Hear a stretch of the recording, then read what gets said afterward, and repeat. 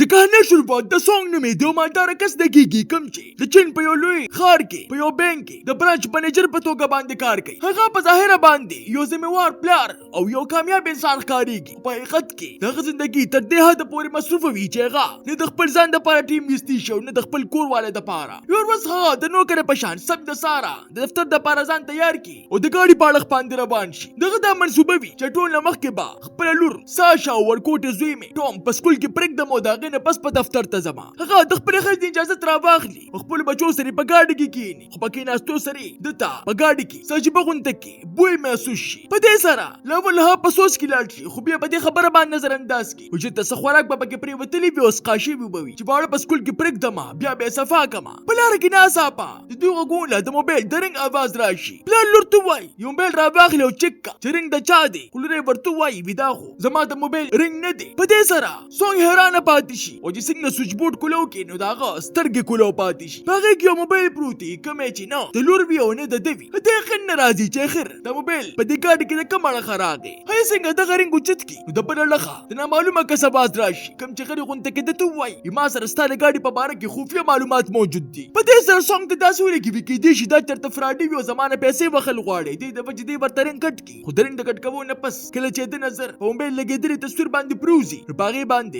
د خاندان تصویر لګېدلي وي. په دې سره دغه لاسونه وړچېږي او د خپل لور نه دې تصویر په باره کې تپوس وکړي وي دا خو ما چېرته نه یې لیدلې. چې په دې سره ساشا ورته وایي وي دا خو مونږ تېر شوي کال ویستلی و کله چې مونږ د چکر دپاره تللي وو او تاسو د خپلو مصروفیاتو له وجې مونږ سره نه وې تللی. دا تصویر زمونږ مور په فیسبوک باندې اپلوډ کړی. په دې سره د سونګ زړه په درزېدو شي چې په دې وخت کې په هغې موبایل باندې بیا رنګ راشي. دا ځل د رنګ کولو والا اواز د حد نه سیوا سنجیده او خوفناک لګي او په دغه اواز کې ده ته وایي ما سره ستا په باره کې د هر څیز معلومات شته چې ته څه کار کوې، په کوم بینک کې کار کوې او ستا په خاندان کې څوک دي. په دې سره سونګ خاموشه پاتې شي او بیا ورته هغه کس چې داسې خبره وکړي اصل یې وایي چې د خپو نه ځمکه وتښتي. ما ستا د ګاډي د هر یو د سیټ د لاندې نه بم فټ کړی دی. داسې بم که چېرې څوک هم د دې سیټ نه خوځېدل نو ټول په ټوله به الوتلي یې. په دې پورېدو سره د سونګ اوس هم یقین نه راځي چې کیدای شي دا ما سره څوک ګپ لګوي او په دې سره بیا ورته رنګ کټ کړي. څه وخت پس دوی یو پټرول پمپ ته ورشي او چې څنګه سونګ د ګاډي نه د وتو والي په دې وخت کې په هغه موبایل باندې بیا رنګ راشروع شي چې کس ورته وایي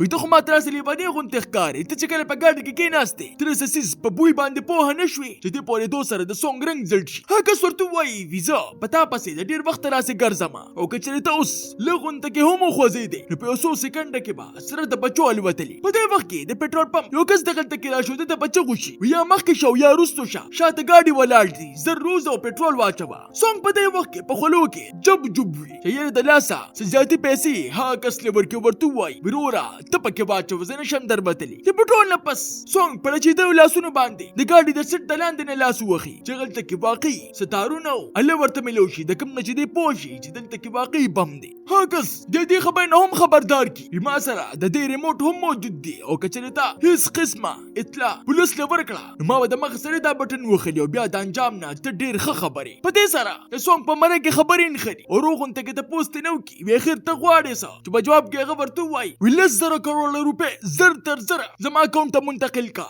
او باقي څومره پکاري هغه به ته ماله نقد راکړې. د دې دومره ډېرو پیسو په اورېدو سره د سونګ په مره کې لاړې وچې شي چې دا دومره ډېرې پیسې به اخر ما سره راځي د کوم اړخ نه. په دې سره هغه کس ورپسې په خندا شي ته خو د یو ډېر غټ بینک منیجر یې ستا لپاره خو دا هېڅ مشکل کار نه دی زر تر زره د پیسو څخه بندوبست وکړه. په دې وخت کې دی د ماشومانو د سکول خواته راورسي د خوشحالۍ د لاسه د ټوم ټول ملګري د ګاډي خواته راشي خو سونګ دومره یېرېدلي وي چې هغوی د ګاډي د لنډ راتلو نه بار منې کوي او چغې پرې وهي. ماشومان پوهېږي نه چې اخر د ټوم په دې پلار باندې څه شوي دي دا خو ډېر ښه سړی دی. د موبایل والا کس سونګ ته وایي دې بچو ته دې رښتیا خبره وکړه چې په دې سره سونګ مجبوراً بچو ته وایي ستاسو د سیټونو د لاندې نه بمونه موجود دي. دې پورېدو سره د دواړو بچې رنګونه په زړېدو شي خو دې نه مخکې چې دوی چاله اطلاع ورکړې وه په دې کې سونګ ته د یو ملګري رنګ راشي کوم چې هم د ده په شان یېرېدلي وي او ده ته وایي ما ته هم دا کس رنګ راغلی او راته یې وویل چې ستا د ګاډي د لاندې نه ما بم فټ کړی دی. سونګ د هغه نه د ځای په باره کې تپوس وکړي او د مغه سرې هغه ځای ته په ورتلو شي. هغلته کې دی ویني چې ملګری سره د ښځې په ګاډي کې ناست دی او هغه د ښځې د رامنې کولو کوشش کوي ولې چې د هغې دا یقین نه راځي چې په ګاډي کې بم موجود دی او هغه بار ته رابطو کوشش کوي ولې چې نن د هغې دپاره ډېره اهمه ورځ وه.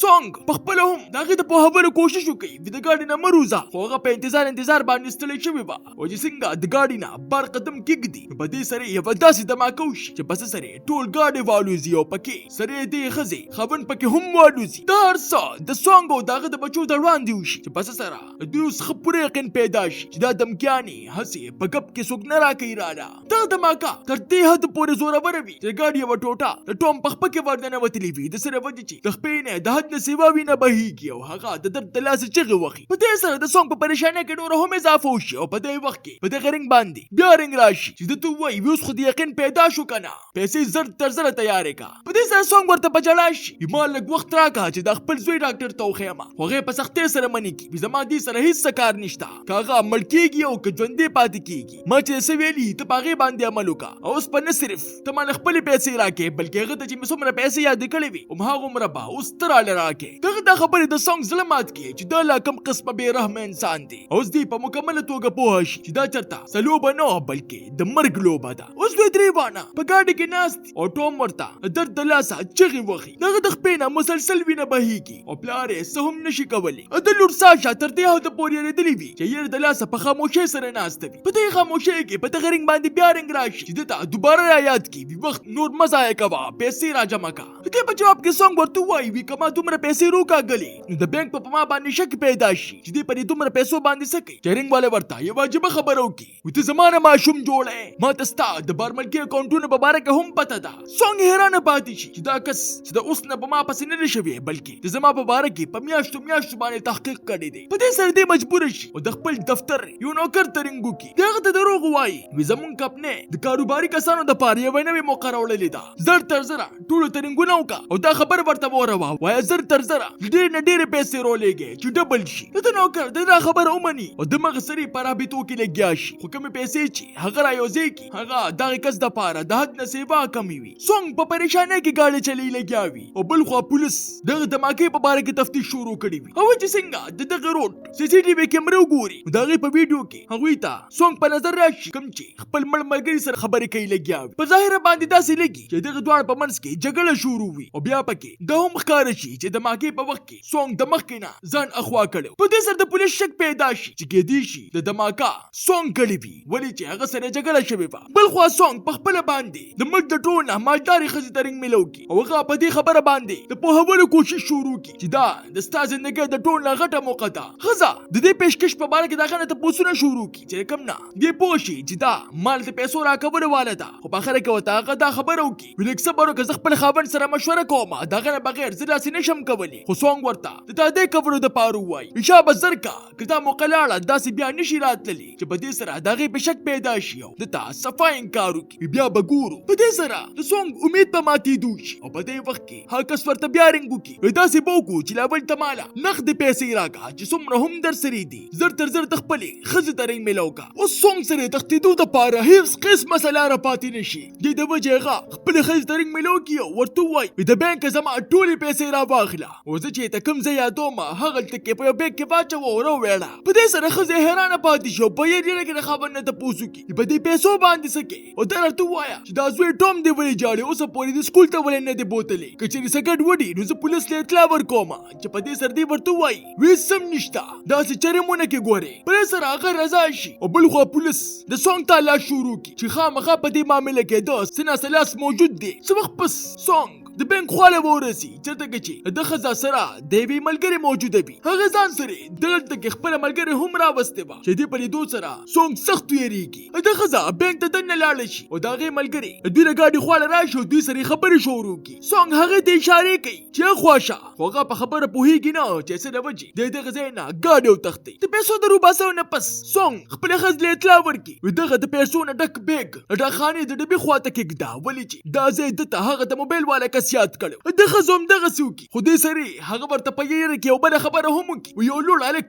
په عجیبه غونډه کې نظر باندې ماته ګوري او راپسې را روان دی. سونګ چې څنګه هغه ځای ته ورشي نو ده د برسېدو نه مخکې د ښځې پولیس له اطلاع ورکړې وي او هغه کس یې په پولیس باندې ګرفتار کړي. په دې سره سونګ د سکون ساه واخلي چې د خیره سره هغه کس یې ګرفتار کړ خو په دې وخت کې د هغه د رنګ والا کس اواز بیا راشي ورته ووایي یا تا چې پولیس له اطلاع ورکړه دا تا څومره غټه غلطي وکړه دې پته به تا ته وروستو لګي. هغه انسې شروع کړي چې پس سره سونګ او داغه بچي د خپل مرګ د پاره ځان تیار کی. خدا ځل دماکه دوی په گاډي کې نه بلکې د ډاخانې د ډبې په خوا کې وشي چرته کې چې پیسې خودلې شي وي. په دې سره په ټول علاقه کې دوړي شي خو پوښ خدمتې سره د سونګ خزه پکې محفوظه پاتې شي. اوس د پولیس خبره یقین پیدا شي چې دماکه هم سونګ کوي ولې چې په دوانو زینو کې د دماکو مخکې هم دی موجودو. د پولیس ګاډو سره اوس په د پسې هلیکاپټر هم ولګي خو سونګ هغوی ته د سبا نه مخکې خپل زوی هسپتال ته په منډه کې ولې چې هغه د ډېر وینې د تلو د وجې بېهوشه شوی خو پولیس هسپتال ته پرې نه ږدي راګیری کی. د پولیس افسر هغه ته په چغو شي د گاډي نه بار ته روزه خو سونګ در وته په ځای باندې هغه ورته هم په چغو شي ول سیټ دلاندې نه بمونه دي کچې ضرورت ما نو ټول بمړ شو. په دې سره پولیس ودرېږي او د بم د پوسکولو والا د غلطه کې روغواړي. هغه خزه د سونګ خواله ورشي او هغه ته په مینتونو شي د ماشومان بار ته روباسه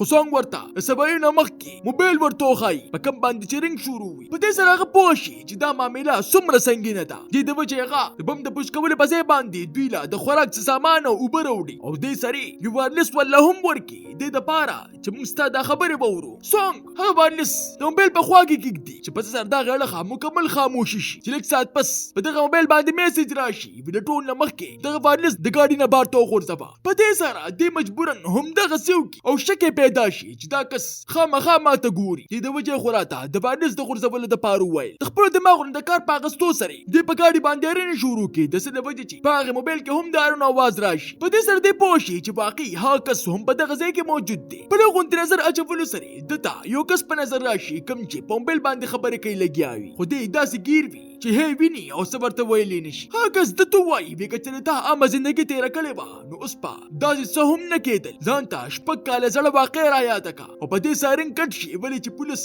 دغه علاقې ټول سیګنل جام کړی وي. د بم والا ټیم چې کله دغه گاډي چې کپو کې نو پته ورته ولګي چې بم صرف او صرف په مخه ته سټونو کې موجود دی په شاته سټونو کې داسې څه هم نشته. د کوم چې دا مطلب چې د بچي محفوظ دي. د امبولانس والا د زوی ټوم د مرستې لپاره بار ته روباسي خو ساشا د خپل پلار د پرېښودو لپاره تیار نه و. هڅه څنګه پولیس په زور باندې د ګاډي نه بار ته روباسي نو په دې وخت کې داغه نظر په سنایپر والا باندې پروسي کوم چې د پلار باندې نشانه لګولې و د خپل پلار د بچ کولو لپاره. دا هم په مخه د سټ باندې کینې د څه د وی چې یو بل بم هم اکټیویټ شي او په دې سره خطر نور هم سیوا شي. د لور د قربانۍ پرې دو سره د سونګ پستر کې اوخ کې راشي وتا داسې ولې وکړل. دې په جواب کې لور ورته وایي وې زتا په یو حالت کې هم د پرېښودو والا نیمه. بل طرف ته د پولیسانو مشر تل اوس هم داسې لګي چې اصل مجرم سونګ دی ولې چې د چې کوم موبایل پولیس لور کړو هغه د خپل ذاتی موبایل او په هغه کې هیڅ قسمه د کال ریکارډینګ موجود نو. په دې وخت کې د پولیس خواله یو کس راشي او پولیس ته خپل ځان د سونګ ورور ظاهر کی به زمان نوم سام دی. پر غونډه سوچ سره پولیس ته داسې ولګي وی کې دی شي د سونګ په دې خبره باندې رضا کی چې خپل لور را پرېږدي د وجې هغه سونګ ور پرېږدي. هغه په مزه مزه باندې د سونګ خواله ورشو هغه ته وایي بیا هغه درن قبول والا زیما.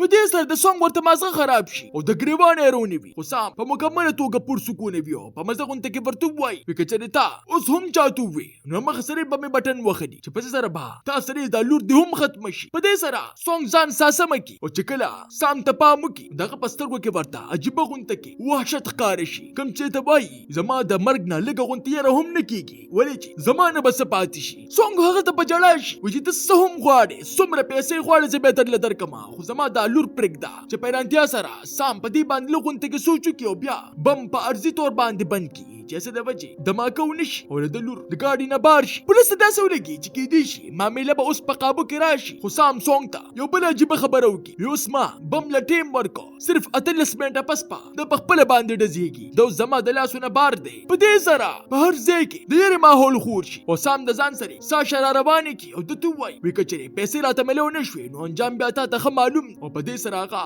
ساشا ځان سره بوزي. پولیس هم هغه نه دري ولې چې هغه ته داسې لګي وی کچري دا پرختیا باندې د سونګ رور دی نو غي بتلو سره سونګ تر حقیقت اندازو شي چې د بچاغه لکه دري بنیانو غونتي ګاډي لخ په ورکی د پاره چې سينو هغه ظالم زما لور ملنه کی. بل خو د سونګ خزا په ټي وي باندې دا ټول منظر نیغ پنیغه باندې ګور او چې څنګه سام د پولیس دروان دی خپل ځان د غرور ظاهر کی نو په دې سره هغه د مغزري پولیس له اطلاع ورکی چې دا کس چې هم د سونګ رور نه دی اوس هغه د پولیس د نظر غیب شوی. سونګ مسلسل په سام پسې شاته رواني او ورسري د خپل ټولو بانکونو مشر ترنګ کې او دا غنا مرستو غواړي وی کچري تا ما سره مرستو نکړه نو زما د بچو د مرګ به ته ذمہواري زما زر تر زر پیسې پکار دي دې په جواب کې هغه ورته وایي دا خو د مخکې زما د اجازه ته بغیر د خلکو د پیسو ډیمانډونه کړي دي پتا باندې خو زما لا کیس پاتې زو پتا کیس کومه په دې سره د سونګ اخر امید هم ماشي او اخر دې بیا خپل خیزترنګ ملو کی وی تا چې د کوم باقی پیسو تنظیم کړی دي هغه ټول پټوله د هغه ظالم اکاونټ ور واچبه او د خزا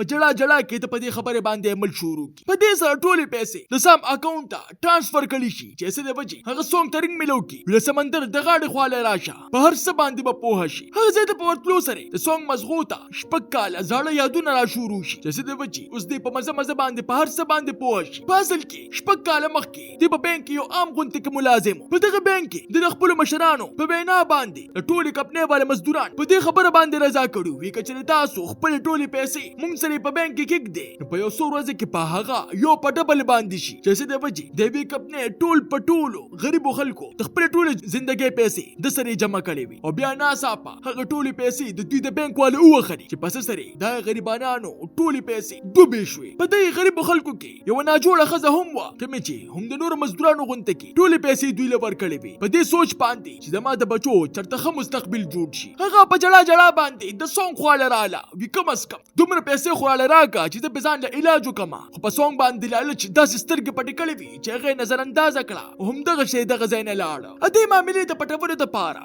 د ټول پټوله ثبوتونه هم ختم کړیو او په دومره صفای سره د ټول لوبه کړې و د سره به چې د بانک والا د دومره ترقی ورکړه چې د بانک مشر جوړ کو هغه ناجوړه خزه څوک بل څوک نه بلکې د سام خزه وا څنګه څنګه هغه زه ته ورسی نو غلطه کې دتا شپک کال زاړه د مزدورانو د احتجاجونو بوټونه په نظر راشي پر غونډه مخکې تلو سره د ساشا په یو گاډي کې په نظر راشي چې دی گاډي داغه خواله ورولي او لورته وای ای بچي ما معاف کا زه پر لچ کې راغلی ما یو ډیر غلط قدم اوچت کړو په دې کې سام په خپل باندې د گاډي تروخي جو په مخه ته سټ باندې کینی وی ما او زما خزه د ستاسو بانک خلاف کیس وکړو داغه د لپاره پیسې پکار وي چې څه د پاره مونږ دیوبل بانک قرض را واغسته چې پس سره مونږ په دومره قرضونو کې گیر شو چې زما خزه ټینشن د لاسه خودکشي وکړه تا خو زما دنیا ته برباد کړې دا او تا ته پته هم نشته په دې سره څنګه خاموشه پاتې شي او غله د دې خبرې هیڅ قسمه څه جواب ورنکي او دا کوم پیسې چې تا مل راکړي دي دا په ټول پټوله په مزدورانو باندې تقسیموم د کوم چې په دې دنیا کې لاسنه سپاتې دي او تا خو هم زما خاندان ته برباد کا اوس په بم کې صرف یو څو منټه ټیم پاتې و چې سام څنګه تو وای وی دا گاډي دی سمندر تو ولا دې د پاره چې دا لور دی بچي ګینه ما په دې گاډي کې ډېر خطرناک بمونه فټ کړي دي په دې سره څنګه د لور د بچ کولو لپاره مجبورن گاډي سمندر ته ورولي چې بوته په ور داخلي دو سره گاډي د مخسري په ډوبې دوشي په بو کې ډېر وخت دي سره دو د وجه سام د مخسري به هوش شي په دې سره څنګه دغه د بچ کولو کوشش شروع کی هغه